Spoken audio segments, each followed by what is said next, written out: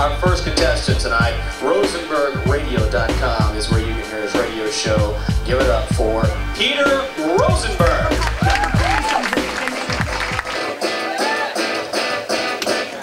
Holy shit, that was awkward. That was the worst 6 minutes of my life. I am not going to attempt to be a comedian. I'm not one. In fact, I'm not even a radio host. As you heard, I now have my own radio show. I would have mentioned in my bio, I did have a radio show for the last year on a station that will be named, remain nameless. I am now 27 years old. I am jobless.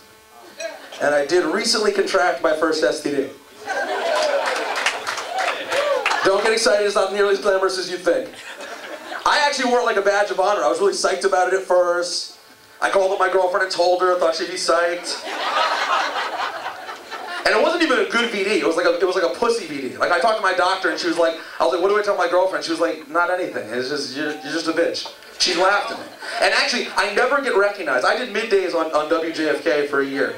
No one ever says anything to me except for my cock doctor.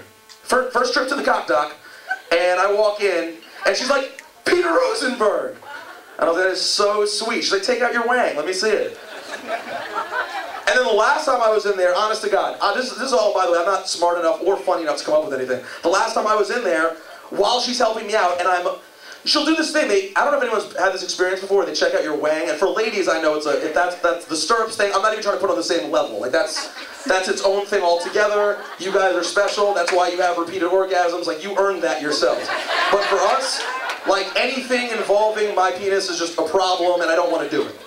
And she hands me this like weird white cloth, like to hold, I guess, so I don't see that there's a strange woman looking at my penis. I guess I'd hold it like this. I don't know how it works. And I was like, but I still know you're going to be looking at it, right?